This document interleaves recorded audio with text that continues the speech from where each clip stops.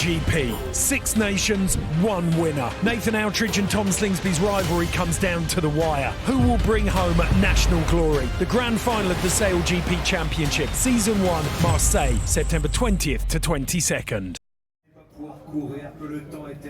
Hello and welcome to eSailing TV. My name is Thomas Bjørn Luthi. We are live from Marseille. We are live from the SailGP Grand Final in Marseille.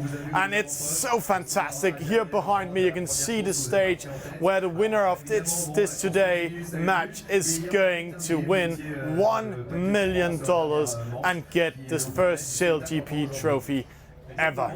You can see people are crowding up, but what you don't see, if we have a whole waterfront on this side of me filled with spectators sitting on the waterfront and watching this fantastic race. And with me today to do all this fantastic stuff, of course I have my favorite commentator sitting in London, Alec Wilkinson. And Alec, how's the weather in London? Well, I don't know what it's like in Marseille, but in London it is. It's kind of raining and grey and horrible. It was like summer yesterday, so you know it's the first rain in a long time.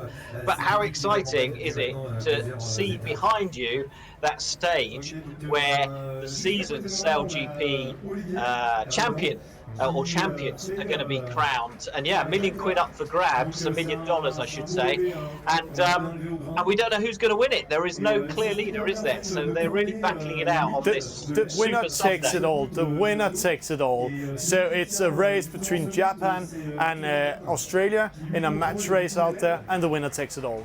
They're the only two boats left here. It's fantastic.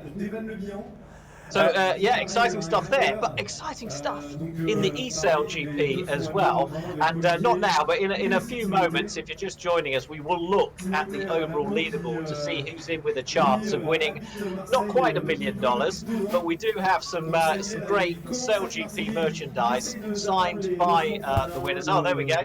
Thomas is holding it up, so we got a SailGP cap and shirt, and they're autographed, I think, by some of the skippers. And also with my sweat now, so they're really, really high level here. yeah. So there we go. He's just devalued our prizes. No. Yeah, in future it will be worth more. but the very first ever eSailGP champion will be crowned. So you know, in our own little worlds of e-sailing, and this is a big moment. Yeah. I just have to say, yesterday we crowned the first ever live eSail world champion, and it was the world champ himself, L1. He won it yesterday. And if you haven't seen it, you've had a parallel competition going on. Yeah. We have two competitions: the online and the live event in the village. And here's the thing: SailGP just told me that the winner of the live event will be invited to the next SailGP. So there's a huge chance L1 has just been flown into Sydney. So if you're in Sydney next time and want to be part of the live event of eSailGP, just come there, because then the trip goes to the United States afterwards, where you will meet up with other live event competitors. So that will be huge. You can travel around the world courtesy of eSailing. That's fantastic. Yeah, it's fantastic. But Alec, we have this online competition with these fantastic prizes, and let's go see the overall leaderboard right now, because there's only 50 minutes left of the race. Okay, so we're going to get to that race in a moment. Yeah, we're going to see the leaderboard first, so we see if somebody can do something else. And I just have to say, until now the leaderboard has been full with French people, because it's a French t-shirt from SailGP. But overnight something really exciting happened. There we have the leaderboard. So, top of the leader, my goodness, that is a major reshuffle from yesterday. Velista 71 of Italy is now out in front. And it's the average score we're looking at, isn't it? So, no, it's the best series score. So look how close that is. Calderview of Spain in second, Laser 19 in third, I think he's a Kiwi, Gregoire of Switzerland in fourth, and then one of the contenders for the World Championship later next month, La Mer Noire, is in fifth, Alpha in sixth, Lucas Moore, a name we know well in e-sailing, the Dane, is in seventh, 18 414 from USA, and then 2 Italians in 9th and 10th. So it's really been shuffled around, hasn't it? Yeah. And Thomas, can you just explain the format for the next sort of half an hour in the racing? How are we going to actually decide the winner today? Yeah, we're going to decide the winner. The winner takes it all. So the person that are in top of this list in 50 minutes will win the prize. And they minimum have to do 14 races. And what we're seeing here, Velista 7-1 and Colderium from Spain has winning 13 out of 14 races and get a second position. So it's only if one of the real top guys online are doing a campaign winning 14 races in a row, they actually can beat Velista 7-1. And the most impressive part of Velista 7-1 up there is that he only did 14 races. He did an L1 at the World Cup Championship. So that is amazing, Alec.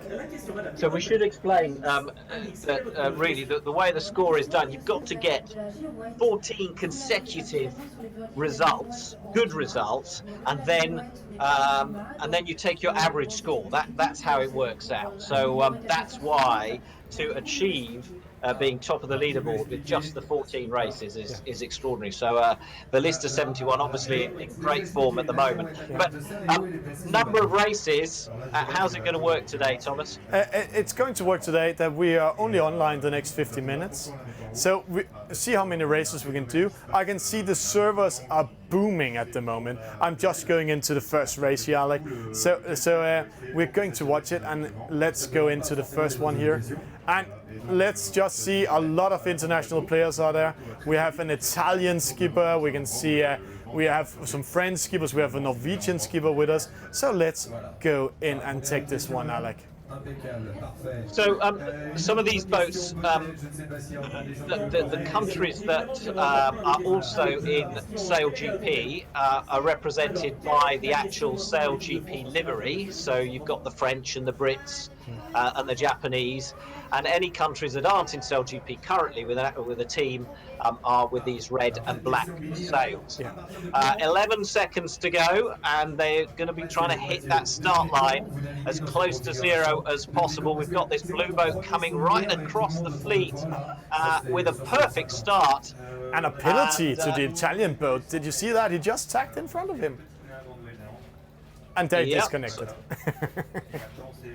Okay, so they're coming up to this mark. Then it's going to be it's a reaching start, and then they do half a leg downwind before they turn and go upwind, then downwind again, upwind and downwind, and then it's a reach to the finish. So Fabio D flying the Japanese flag, currently in 4th. We've just seen him go very close to the boundary, but the boat behind him touched that boundary. And so slows down to take his penalty. They're slowed down automatically, but the leader, HC11, is nicely out in front and trying to build a lead. But see the Norwegian boat coming in, Alec. We have been seeing these races the last couple of days. The fantastic thing about this EF50, it's only open for today, and it's only open when there's SailGP events. So we've been seeing skippers trying to win, and we can see the leading boat. He's 50 meters ahead, 60 meters ahead, but he can still lose. We saw Lanois yesterday taking 250 meters in on the leading boat and winning the game. Well, hopefully we'll get to see some of our leading boats in the subsequent races today. But for now, can HC11 hold on to this lead on his home waters? So there's always this weird corner on this boundary, isn't there, which some skippers have worked out they can sail across, as HC11 has done there, and that gives him the perfect line into this gate. It's a perfect line, and see the wind is shifting a little bit, but he's inside the ley lines. He can come in with speed, best wind speed there, and come perfectly around the mark. And normally we see the battle at these marks is where the skippers are losing in this EF50, because if you're going upwind or getting the wind from behind, you slow down, you go from 55 knots to 5 knots. There's an interesting crossover between those two boats. I thought there might have been a clash, but actually there was obviously room for both of them. But Norwegian rounds in second, but what a distance between first and second, 140 metres between them. And you've got to think now that the French boat is going to win this. Fabio D with the Japanese sail is third, and he's got about a 50-metre advantage on the following boat 64. So we'll also keep an eye on that battle for third. And actually he just lost his third there to the Australian skipper, this boat 6-4, because Fabio and D only have 21 knots, and the Australian see 33 knots. What a speed there! And the leading boat, he's already at the gate mark and coming around. See how much different distance he has. 137 meters. The Norwegian boat coming in now, like, see that race. So the Norwegian is round now. Norwegian Sky will just be concentrating on holding on to second place, not making any silly mistakes, and that's what we've seen quite a bit over the last few days in this eSailGP competition. We've seen plenty of mistakes creep in, and plenty of people lose their leads and their positions because of those mistakes. It's basically a new boat, and everyone is still learning how to use them, and also plenty of brand new players coming into e-sailing. Alec, you're saying plenty. 16,000 district players has been playing the E50 the last 4 days. 16,000. A mind-boggling number. It's amazing. I think the virtual regatta servers have been working overtime. They've been overheating, I should think, trying to keep up. Alex, see what happened? The French player lost his connection. He might be playing on mobile phone and lost it. Suddenly his boat was disappearing, sailing straight out and disappearing. So we now have a new leader. It's the Norwegian boat. And in second place we have this Australian boat. So now we're going to have a fight for the win. Well, I saw him disappear. I'm glad you gave us the explanation, Thomas, because I couldn't work out in sailing terms what had happened to him. And the answer is it was technical problems. Alec, it's because he wanted to go to Bermuda. He hit the Bermuda Triangle, and suddenly his boat was gone. Well, Norwegian Sky out in the lead now, and I bet he can't believe his luck. Well done to him. He hasn't got far to go now. It's just down to this mark and then a reach to the finish. And he's reaching 30, 40 knots. Oh, the Australian coming in with speed. He can still win. See, there's 20 knots in difference. What's happening here? This is close, Alec. This is very close. Oh, so Norwegian Sky, he goes round. The Australian tries to sneak in on the inside, and he's worked. It's worked. The Australian is going to take this. It's a drag race to the finish. Who can get up the fastest speed, the quickest?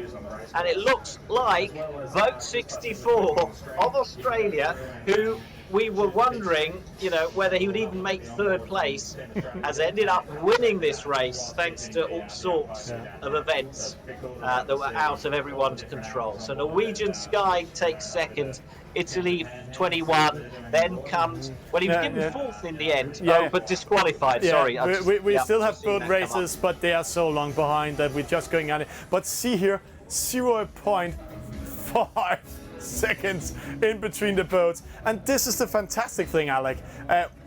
We can see these skippers fighting and fighting and fighting, doing such a good race, but it's the EF50. It's all about catching wind.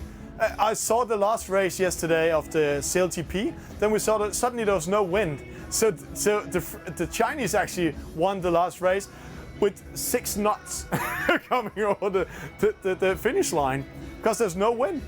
And the same thing we saw here. It's all about, well, as far as eSailGP is concerned, we've said it time and time again, it's about consistency. Yeah. You've got to be consistent over those 14 races. You've got to try and put a run of, 14 consistent results together, which is also why it's a dreadful shame when someone, loses their connection.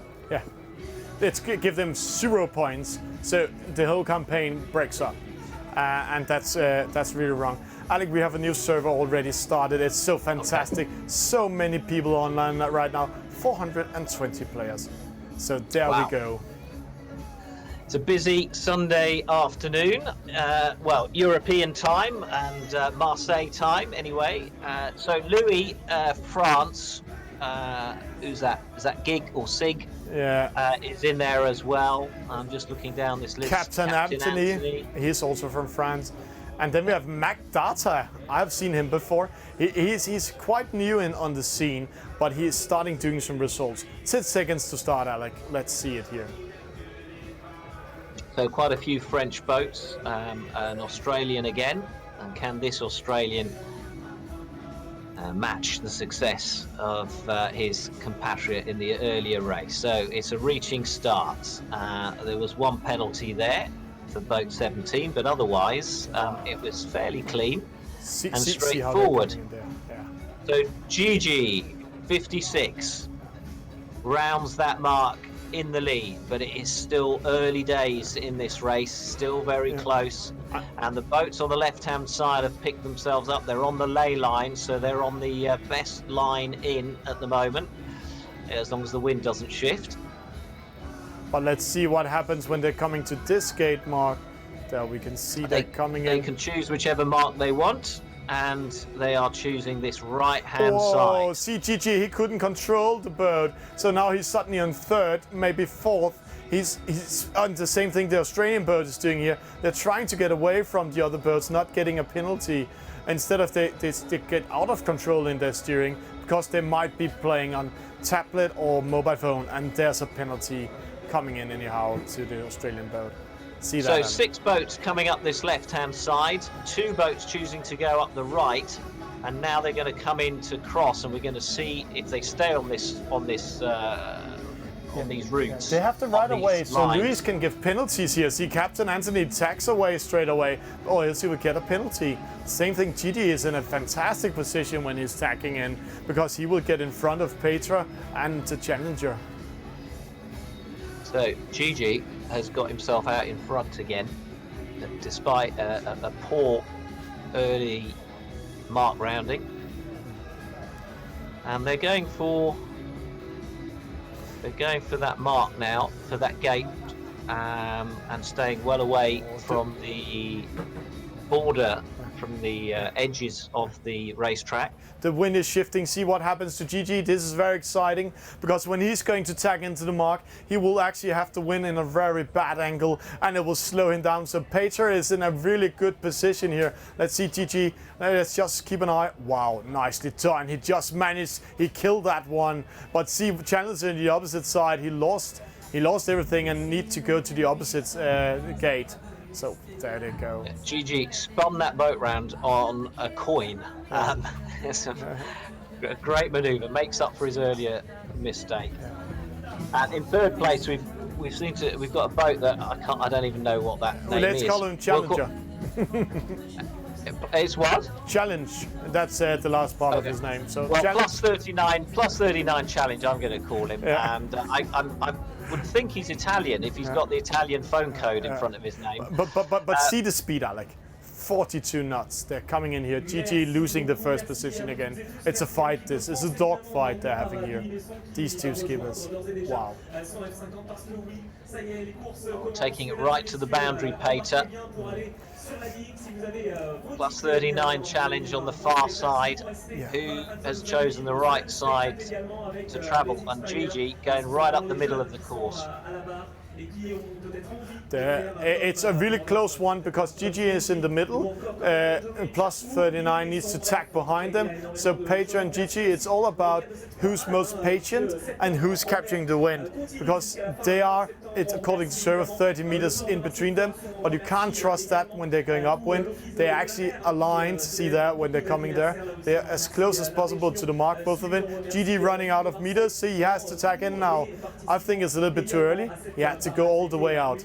So let's see, Peter just following him and needs to control him. That's well, Peter played that perfectly, going out towards the left-hand side, and Gigi slowed down to 24 knots, and Peter has the advantage coming up to this gate.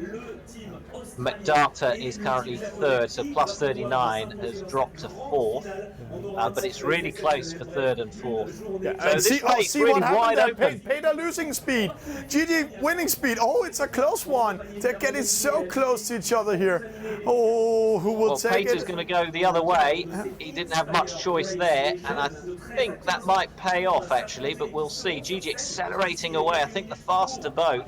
Peter is the fastest. He's almost 40 knots. Gigi is only 37, so it's Peter winning this fight. Wow, so Wow. close of losing it. Well, there's not much distance to go, and Peter coming up to that mark, and then it's a reaching finish. And Gigi follows round in second. Who's going to come in third here? It's going to be McDarter of France with plus 39 in fourth. And now it's just who can be fastest between the two French boats for second place. I think Gigi losing second. Gigi will lose second. It's a Peter close takes one. the win, but Gigi just sneaks across and gets the second place from McDarter, who had a final sprint to the finish, and fourth place goes to plus 39. Captain Anthony fifth, Joan Mark sixth, and Louis France in seventh. Wow, what a finish. That's one of the closest we've seen so far. Peter of Ireland then gets the victory. Gigi of France gets second. His French colleague McDarter gets third, and Italy's plus 39 in fourth. Exciting stuff. Yeah, Alex, and try to watch this one. See this race charts out there switching position all the time. GD win, lose, second, first, and then plus 39 is coming up, and all the way from behind, McDarter goes in and takes third. Impressive stuff, this one. Nice races. Nice. Yeah, nice loads of overtaking there, wasn't there? Yeah. You can see it as the chart zigzags up and down. Fantastic. Yeah. And when we're talking about these overtakings and everything, while we're waiting for the next race, let's see what it's all about today. It's really going to be how do these boats steer, how will it work on water, and what do we really have to watch when they're in there. Because yesterday L1 was playing the Japanese team in eSailing, and they actually love to play the EF50. They're playing it a lot. I know what they're called. I'm not allowed to tell them, tell everybody, but all the players on EF50 on the F50 and eSailGP are playing Virtual Regatta inshore. Oh, go on, Thomas. We want to know what they're called. If you whisper it, they'll never know. But I know they're using it to relax and get ready for the races. But here's how they're steering the boat in real life. When we launched the boats back in October in New Zealand, it became very apparent that the hardware and software that was in the boat wasn't going to be good enough. So they took them to the UK, to the Artemis Technologies simulator, and Luke Parkinson and Nick Hutton went up there with Jonathan, who's in charge of the whole control systems group. So they got rid of the joystick. They've put in now this double twist grip device with a bunch of buttons, kind of like a PlayStation or Xbox controller. This is our new flight controller human interface. Many more functions and a lot more controllability of flying the boat. So these big twisty things you can see here, this is now controlling the dagger board. We can control both dagger boards at the same time when they're both in the water. We can control the roll of the differential of the rudders. And then on top of that, we've got the average rudder lift on 2 buttons. So there's plenty going on right here. Really, it's the flight controllers have all been working together to find this common solution, and they've absolutely nailed it. Stu's basically flying the boat all the time. So he spins the wheel, like less lift and more lift. So the whole time he's literally there, like flying, looking at the bow, just flying little adjustments, little adjustments. So the big debate at the moment is, do you fly the boat in a straight line from this position, or does your helmsman still fly the boat? Everyone's trying to get the secrets out of all the teams, see who's doing what. The Aussies have committed hard to the flight controller, and then the Japanese are also using it a reasonable amount of the time. And I think that the other three teams, the Chinese, the French and Americans, are still using the helm. So it'll be interesting if there's a split as to how the fleet get on here and who's sort of chosen the right direction. It's been very noticeable, the change. Most people are foil jibing every time. Foiling tacks are becoming more and more common now. For me, sailing the boat, it's starting to feel like it's reaching its potential.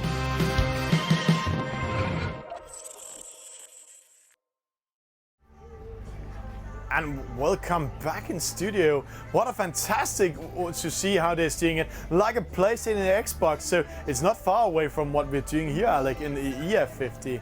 And Alec, you tried the simulator real life, or you have been seeing? Well, yeah, I mean, the simulator that the sailors use is just outside London, and I went to visit it a few months ago because we did a special feature on it on the Sailing Uncovered podcast, and it was fascinating to see how similar, or speak to the sailors and find out how similar it is. You've got them on inside a part of a hull.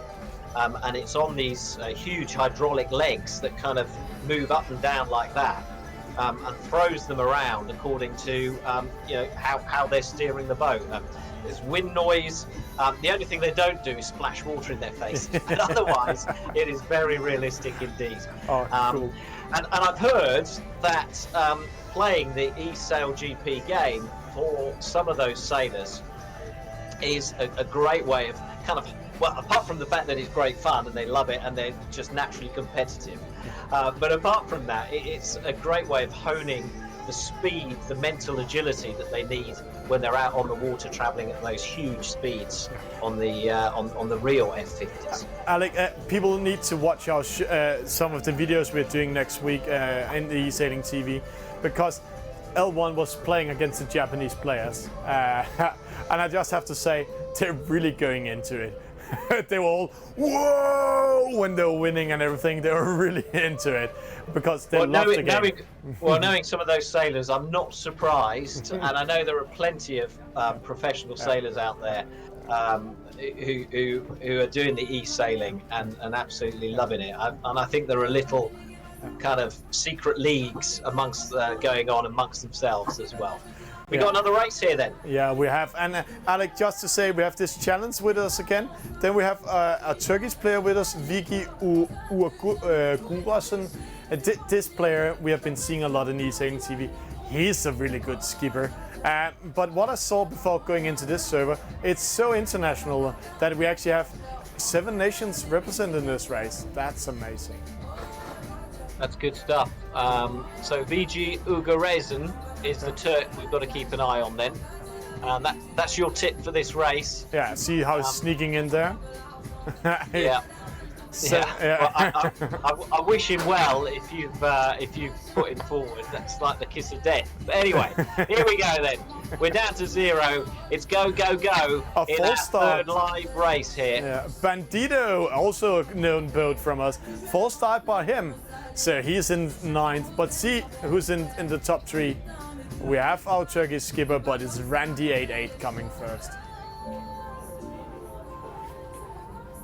So really close round this first mark as they penalty to the Turkish skipper, so you might be right. If I'm saying somebody's good, it's mean dead. So he's now in 7th.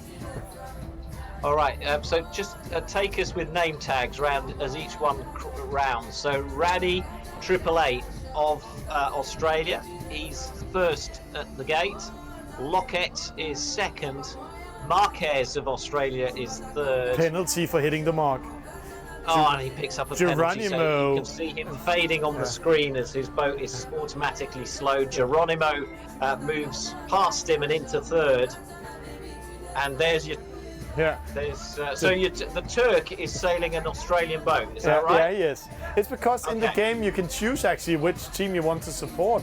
So you can actually for free go in and choose the team you support. So he's cheering on the Australians. So today he thinks the Australians will go win the prize, $1 million. I heard an interview with the Australians, Alec.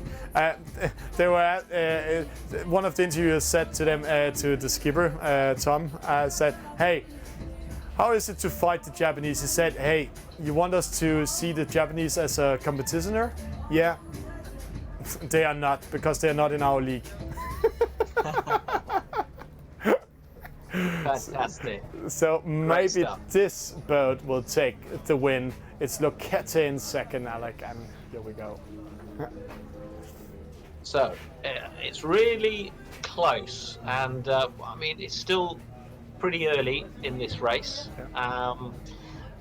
but it's setting itself up nicely for a grand finale on that final reach. So Raddy out in front, Lockett in second, but really close.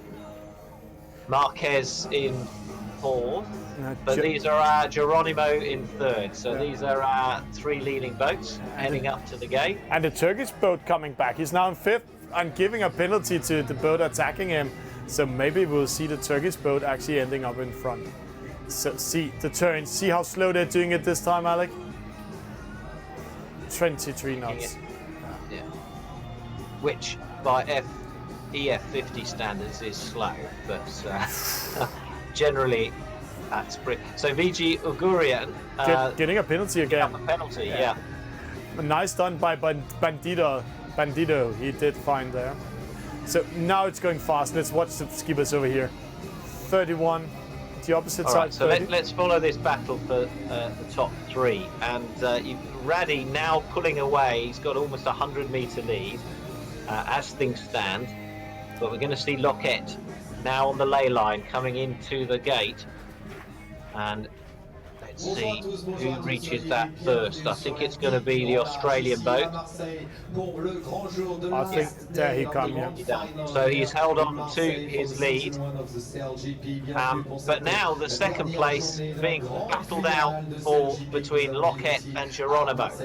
And also Marquez coming in. Marquez comes in as well. He just dips round behind Geronimo. And then they're all heading out left, except for Marquez, who's gone out to this right-hand side. So I wonder if he's spotted some breeze out there, or if he's just decided to do something different, something radical to try and get himself to the front of the fleet. Sometimes we see players tack to the left-hand side straight away, coming around the button mark, because then they have a good angle, as Randy have here, where they go into this hole in the boundaries, and maybe they can be lucky to catch the ley line you can see here if there's not a wind shift. Now he's tacking in a little bit early. So that's sometimes a trick, but let's see what they're doing here again. It's a close fight. A penalty for Lockett, so he's being slowed down, and Geronimo and Marquez are flying past him. And there you can see him. Geronimo in third at the moment. We have Randy in first still, and can he control the other boat? Wow, this is going to be close, Alec. Very close indeed. Is that a four-leaf clover that Geronimo has on his sail? Yeah, it is. So see that fight. They're trying to penalty each other. Right now it's Randy in the lead. Raddy has the advantage here. He has right of way, and Geronimo falling back as he picks up some of that turbulence off Raddy's sail. Raddy is round. He's followed round by Geronimo. Now, the battle for third. Here comes Lockett, still in the hunt. Where's Marquez gone? Marquez in third. Fourth. There he is. So, really close, this battle for third, and really close in the battle for second. And first, yeah, let's watch the leading fight first, then let's see let's see from behind, so we can see both fights here. We can see. So where is Raddy? Has he finished this race already? No, he's there fighting for third. There he is. So you can see that fight there. You. Oh, Raddy getting penalty. They clash at that final mark, and Raddy picks up a penalty. Now, could that cost him second place? Let's see. Geronimo is away. He's flying to the finish.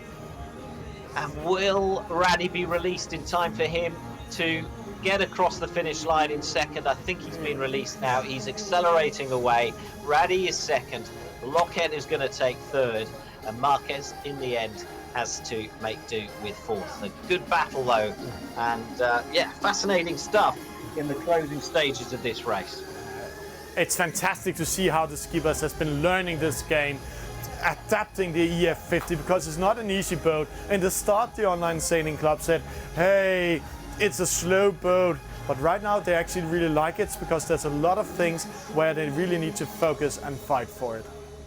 All right, and there is the man you tipped Yeah. in sixth place. Yeah, he is. So, they'll be begging you never to tip them again. Then they will lose. See here behind me how many people there's walking around.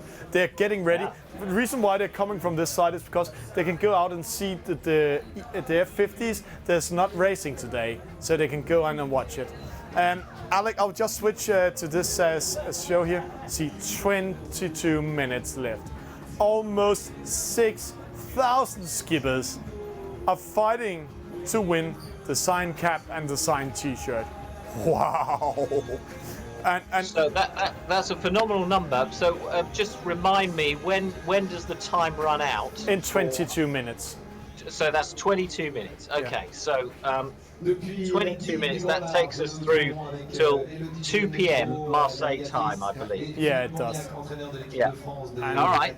And a new race. See here, Alec. Some British, French, Christophe. We've been seeing him before. And again, very interesting. Randy is there, so let's see if he's getting unlucky in the finish again. And maybe after this race, we can have a look at the overall leaderboard as well. No. Let's keep it a surprise to the end, Alec. Let's keep it a I surprise. just want to build up and see if there have been any changes. Oh, So, is that OJR or DJR out? it's out DJR. He's a DJ. So. there? Yeah, okay. Katimba, and we're going to see Raddy in action again, as you said. 50 12 seconds to go. They're just picking up the line that they want off the start. You can see the mark right in front of them, and so it begins on a reach. The British boat getting a good start there. Another one coming in at the bottom of the screen. But see and, the French guy. Christophe as Yeah, well. that's the French skipper. See how close they are. He's capturing the penalty to American boat Scorpion there. But see how close they are in second, third, and fourth. They're clustering up. JHP out in front in these early stages of the race. They're liking to. They're enjoying keeping us on our toes, aren't they? Yeah. And they tried to say this Swedish name. I know what it means because I'm Dane. Try to say this, Alec. Vidalspjällen. Budasfjällen. But it's okay. So I don't Do I want to know what it means? No, you don't want to know what it means. Okay, I thought that might be the case. So here we go, and he's getting a penalty. He's just hit the mark, picks up a penalty. But Raddy is round. So's RS600 out in front, still JHP. See, he's just going straight to the boundary. He's using the 50% of the boat outside of the boundary. Nice done. And then we have Christophe. He's from France actually, but sailing with a Japanese flag. So.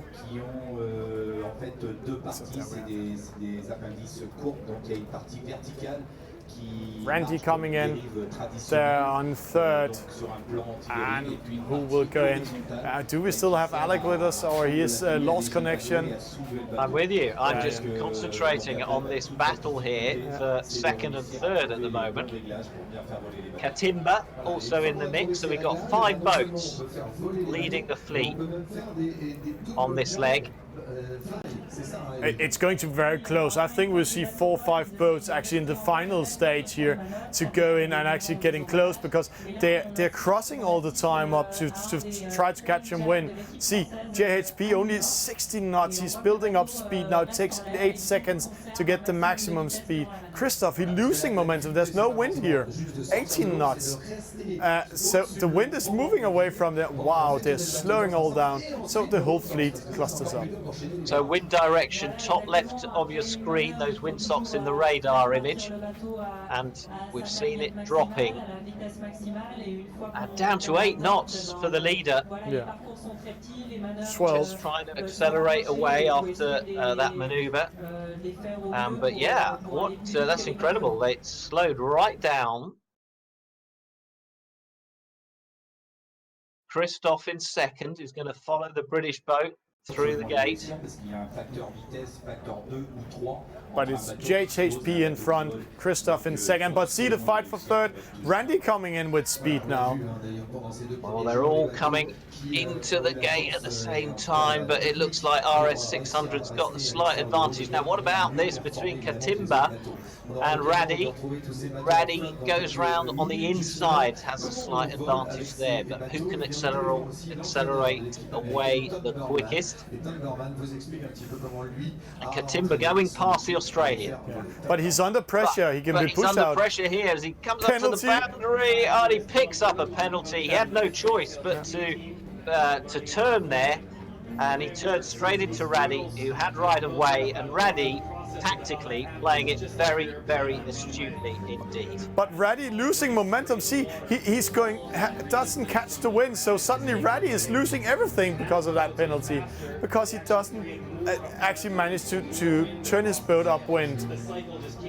So he's Raddy getting so excited there that he forgot to actually accelerate out of the penalty. So failed to take advantage, and he's now being given 6th position at the moment. But our leaders, here we are. JHP out in front. He hasn't really grown that lead though. Christophe staying in touch. RS600 coming in third. So wow, they're losing speed. Yeah, it looks like the leading 3 have now broken away and have now built up a bit of distance between themselves and the rest of the fleet. It's still close though, between 1 and 2. But never say never. We have seen it before. Everything can happen when they're racing downwind and upwind. See Christophe losing momentum, 12 knots. So right now RS is 2 knots faster, and that's actually mean he can capture up 50 meters winning this race upwind. I mean, we're saying they're going slowly, but you're talking about 15 knots. That's only slow for an EF50. Yeah, it is. It's because we know how fast they can go. This fantastic boat, let's try to go close to it. See, the foils are not up in the top of the water. They almost hit the water with the whole boat. See, now it's racing because it's going to 20 knots. So now it's actually flying instead of sailing. And that's where they're catching the speed. 21 knots. Yeah. Oh. Out in front. But Christophe doing really well at the moment to stay in touch with the leader. So here's the bet. Is it going to be JHP or Christophe taking the win? Whew, it's a hard one. I don't, to be fair to both skippers, I don't think you and I should make any suggestion or any guess, because that's that'll end their race. Really. The commentator's curse. so it's more who do we want to see lose? No, see the fight here. JHP, both of them now on the ley line, going into the gate. He's throwing a lot of dirty air. See, there's 2 knots difference in speed. So he's actually getting much more speed now. See that? So JHP has the advantage as he begins the final or penultimate leg.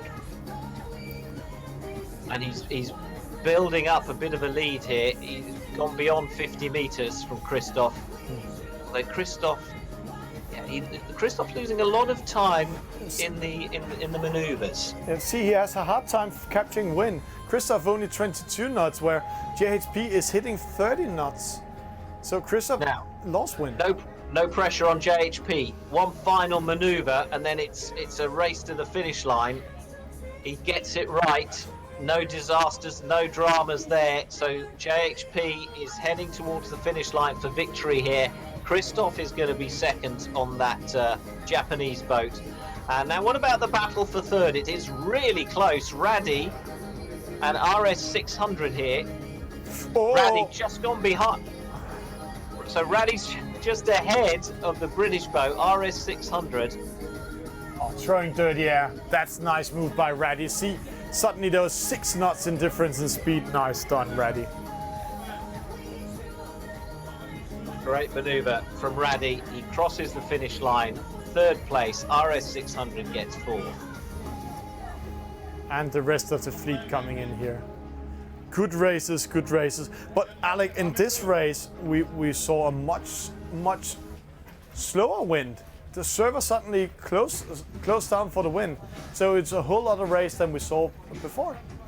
Yeah, and people who are new to the game, you know, that's often the question, especially sailors who come to the game. They're like, well, you know, what about the wind? Did you get that real life effect of wind shifts and wind changes? And yes, you do, because you know, if those sailors that we've just watched were competing even 10 minutes earlier in an earlier race, suddenly they go into this race and they find everything's changed. Yeah. Alec, I'm just saying, the next race we're going to see, we have one of our really good skippers in it. It's going to be the 2nd last race. We have eSailGP with us. He's actually one of our really normal followers. So let's go in and see here he is. This eSailGP. I know a little bit about him, Alec. He's actually a top sailor himself. 2 weeks ago, he was just coming home from Korea, where he was sailing the World Championship in his boat class. And then the first thing he did was going into the game just to play. So let's see how he will do in the EF50. So enjoy M24, can't get enough of it. Good for him. Fun forever, boat for fun. And Raddy's back in this one again. So plenty of names we recognise and know from past racing. Let's see how they get on. The race is go. We've had a few penalties, a few over early. They will be slowed automatically. But the leaders head off, and Raddy is out in front at the top mark, but not for long, because Vote for Fun sneaks in on the inside on the end of that reaching start. Wow, what a start. See how they're clustering up. Nobody is actually lost in this. There's still 7 players in the lead. See, they're much more faster than Echo. Randy losing his 1st position, going in 4th because of that turn. So there we are. And Joy back in 3rd now. He's catching a penalty. They're all clustering up. See, they're sailing together. He came from 9th to 2nd, but he's still in 3rd. So there we go. So Vote for Fun still out in front. Boat 96 really close though, and Enjoy in 3rd, 400 metres behind. But it's such early days in the race that I think we can imagine those leaders are going to be caught. Yesterday we saw Lenoir capturing 250 meters in the same positions as Enjoy. I'm not sure Enjoy is the same caliber of eSailer than Lenoir is, but he is a good skipper. But let's see what happens. Here's in front. We have Boat for Fun, and then we have 2 boats, 2 visitors coming in and doing a good result. Boat for Fun out in front. He or she, I don't know, is the boat to catch. Boat 96, boat 87. All putting in a fight, and Raddy in there as well. This is the 3rd race we've seen Raddy in action in, and he hits the boundary and picks up a penalty. That's careless. Yeah. That's really careless. He wanted to turn onto the ley line, but it's cost him a penalty, and his boat is slowed. And now you can see RS600, who we've also seen in action already today, closing in on him. So Raddy's released at the gate. Round he goes. So there we can see it here. Raddy is 4th now. Boat 87 3rd. But in front it's Boat for Fun. See, there he is. 204, 212 meters to second place. It's amazing how he's doing. See how long he is in front? And there's a boat just behind him. See that speed, Alec? 42, 43 knots. Wow. They're really nailing it. I was about to say, he's totally nailed it. And you get a sense of speed as well when you go in on that close-up look, don't you? Watch them foil round. That's phenomenal.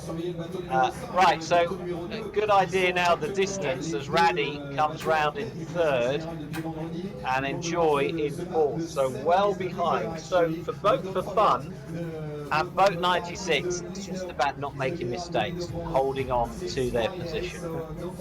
But see, Enjoy, he's back now in top 3. He's going to fight for third with Raddy now. It's amazing, coming from 9, getting 2 penalties, but still back in the race. So now it's all about, see, Boat for Fun losing, actually 100 meters, Alec, upwind at the moment. So the other skippers are capturing into him. Yeah, Boat for Fun has got himself, I think, a bit confused on this upwind leg, hasn't he? And he's lost that advantage, as you say. So that's down to 60 meters now, with Boat 96 closing in on him fast. But he has a good angle in there, so if you keep this one out, there's a wind shift now. This is going to be exciting what happens at the top, Alec. There's a wind shift, they need to turn the boat. So it's cat and mouse. Boat 96 is running out of racetrack though if he wants to catch Boat for Fun. See what happens? He's losing his speed, but the other boat needs to do something else, but taking a chance and losing everything. But see, Raddy also losing speed. They don't know what to do in this gate mark because the wind is so from all sides at this moment. So the wind shifts, throwing the front of the fleet into complete confusion. And that gives Boat for Fun the advantage once again, and what an advantage it is as he begins his reach to the finish over 125 metres. So well done to Boat for Fun, who read that shift better than anybody else. Boat 96 second. Now, the battle for third between Raddy and Enjoy. There's not much in it, I don't think. Here's Enjoy. Oh, Enjoy has the advantage. What's he, Raddy so moves up into third place, and Raddy fails to recover from the shifting wind at the bottom mark. That's amazing. So Enjoy coming from last position, 9th, and ending up 3. 2 penalties and still back in the race. This tells so much about this boat, the EF50, that never give up. You have a chance to get in and win the race actually. And here are the boats from behind. See, they're still fighting for positions. Nice race. Now RS600, who was challenging for a podium finish in the end, is going to come in 7th place, but at 43 knots. So how thrilling is that? Yeah, amazing. And there we see it. So Boat for Fun of Russia wins the race. Australian Boat 96 is second. Enjoy M24 and Italy third, and Raddy is fourth. And I'm just seeing that it's not the Enjoy getting the most penalties here, but still he got a lot of it. Alec, there's only 6 minutes left before we can. And we got time for another race. Yeah, we're going to take actually today's last race because each race six minutes. There's 4 minutes left actually in the server. So this is the last race of today before we're going to see who we can crown the first winner of eSailGP virtual competition. And who will win these fantastic signed prizes. Let me just take them in studio again. The cap, and all the skippers are there, and then we have also the French t-shirt with everything. Autographed shirt, autographed baseball cap, and exclusive merchandise. And when SailGP came to Cowes in England, there were people literally fighting for that merchandise, and it wasn't even autographed. So there we go. You get it for free and you get it autographed. But who is going to be at eSailGP champion? but who will win the last race of this eSailGP campaign? Because after this race, after this server close, you cannot play the EF50 anymore. So this is the last race of 4-day with eSailGP. And by the way, the fact that you can't play with it again anymore, or at least until the next SailGP event, is significant, because our finalists in the World Championship will have to race one leg of that World Championship final in an EF50. So interesting to see how they manage to do that, because I'm thinking there won't be any simulators for them to go on like the real life sailors. All right, let's focus in then on our leaders here, as Bibi out in front, boat 12. He's from Germany. Nordic in the mix there as well. So boat 12's from Germany, is he? Yeah, he's from Germany. Number 1, Habibi is from Germany. There's some roll shots, he's from Germany. And the boat is also from Germany. So three Germans in the lead. And I can't remember where Chuknoge is from, but there we see the turn. See that almost getting a penalty. What happens here? No penalties. The server can't find out who's getting the penalty here. Okay, really close here between these two, and they just turned on the boundary. And really, with some of these manoeuvres on the boundaries, you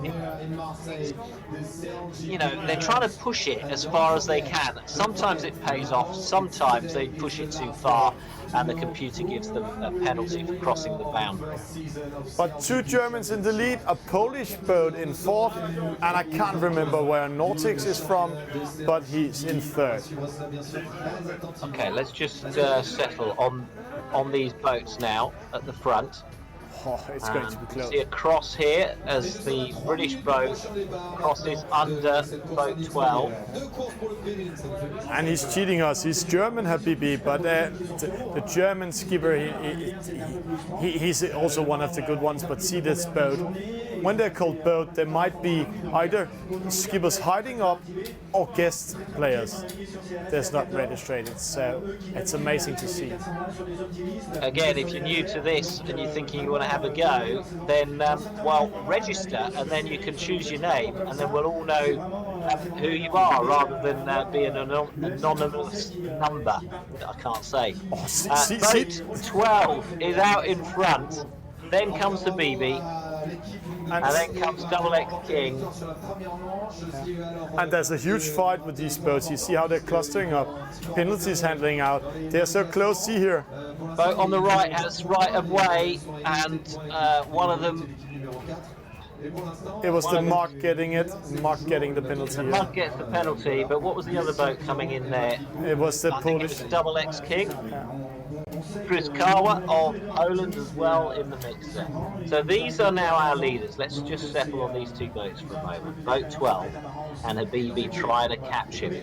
There's 60 metres between them. That's not much in an EF50. As the British boat pushes to the boundary. And behind them, the battle for 3rd is ongoing, and 2 boats have pulled away in 3rd and 4th. They're building up some distance now from the rest of the fleet, and you can see them coming into the shot now. But see here, we have a boat coming in, Nortix coming in with speed. He's 3 knots faster than the boats in front of him, 4 knots actually. So he's getting closer and closer to them. So this is really close. But the leading boat turning around the mark there. It's still boat in front and Habibi in 2nd.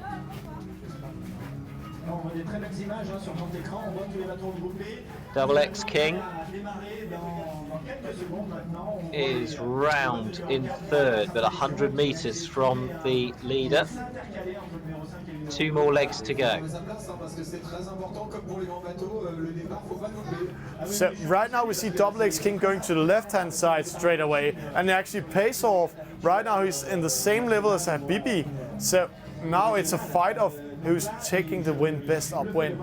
It's so fantastic. Oh, he didn't get a penalty. He found one of these fantastic things to do. Then we have XX King. Double X King closing in on Habibi. Really very little in it. It's just a few metres between those 2 boats. The slightest mistake or misreading of the breeze will cost them second and third place. Habibi at the moment with the advantage, but it's not much. So head to that gate, you can see it with the sort of the two bright lights shining down from heaven. Yeah, as you call them. For boat 12, still out in front as second and third cross. So close, there's really very little in it. But Double X King has got to make his way. He's coming to this ley line here on the boundary. There we go, turns right on the ley line and is now starting his approach to the gate. Habibi has the advantage though, and he's going to be in second coming through the gate. First and third cross. See, there's a boat with speed. Nordic coming from behind. XX King can lose his third now. See, he's coming in 30 knots. XX King only 20. Well, Shook Nautica, or Shook Nautics, was dropping well back, so he's had a good leg, and is now back up and challenging Double X King for third place. But you can see our leader going up to that final mark, and then it's a left turn and a reach to the finish for the boat with the French flag. Habibi, who you tell me is German. Yeah, he's a German, but on a British boat, he's heading off to the finish line. He's going to take second, barring any disasters. Now, Double X King, can he keep this advantage? Can he keep the few meters between himself and Shook Nautics? I think he is, you know. That would be a massive fail if X King doesn't take third place. So Shook Nautics will be fourth. The pole looks like he'll be fifth, the mug in sixth, and Raddy, who did so well in previous races, is going to bring up the rear of the fleet. Wow, Alec. This was the last race in the EF50. Oh, it's a French guy winning it, so way to go, way to go. But the last race, Alec, in the EF50. And now we're going to see who actually won the big prize here in the EF50 Virtual Challenge. The big moment we've been building up to. We had a couple of training days on Tuesday and Wednesday of this week, but Thursday, Friday, and all through today, we have been competing for what we're about to see. Who is our very first eSailGP winner, Thomas? And the drum is on, and let's see, and go. The Lister 71 of Italy takes that victory. Caldereu of Spain is second, Laser 19 third, and La Menoir down in fifth, Lucas Moore in seventh. So no major changes from the start of racing this afternoon. But congratulations to Italy's Velista 71, who wins the autographed T-shirt and baseball cap. And let's try to see, can we see a little bit more about him? So we can go in and see his profile here. He's one of the really high-profile players in this game. And you can see he has not been describing himself that much, but example, if we take position 4, Gregory, see here who he's winning over. Navigator on the 470 in the Olympic series. He has been, this guy, he has been having bronze medal at the World Cup in Geneva. So he knows a lot about this race. Fantastic. See, congratulations to Velista 71. So fantastic, Alec. So I'm just taking the prize. So I'm going to ship this fantastic cap and this T-shirt signed by all the skippers at the eSailGP to Italy. So congratulations, Velista 71. And I know he's just been playing the Italian national championship yesterday. And this might be a good prize for him because there he didn't win. I think he got third. Well, I think with time, we'll need to, in future programs, we'll need to get Velista 71 in front of his webcam, wearing that T-shirt and baseball cap, so we can see him and we can talk to him about this fantastic country. He has to send us a picture when he's having it and taking it on, showing his winning. Fantastic. Alec, while we're showing up, you can see the big screen behind me is showing Inspire Race. That's a good program here at SailGP, where young players are fighting on small catamarans against each other, like the real SailGP. And when that's done, the grand final starts. So, if you enjoyed watching this fantastic program on eSailing TV, then go in and see SailGP on YouTube or their homepage sailgp.com/watch, and then you can go in and watch the grand final today.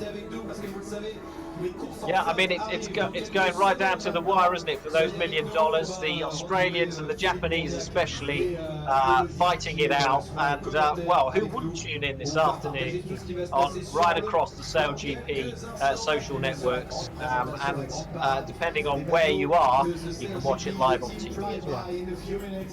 All of you, thank you for watching eSailing TV today, and congratulations to Villas the 7-1 winning the first virtual eSailGP competition ever, and congratulations to L1 the world champ for being the first winner ever in the live event in eSailGP, so I might see him in Sydney. All of you, thank you for watching. Alec, thank you to be with me in studio. Pleasure. Thanks very much, everyone. See you again soon.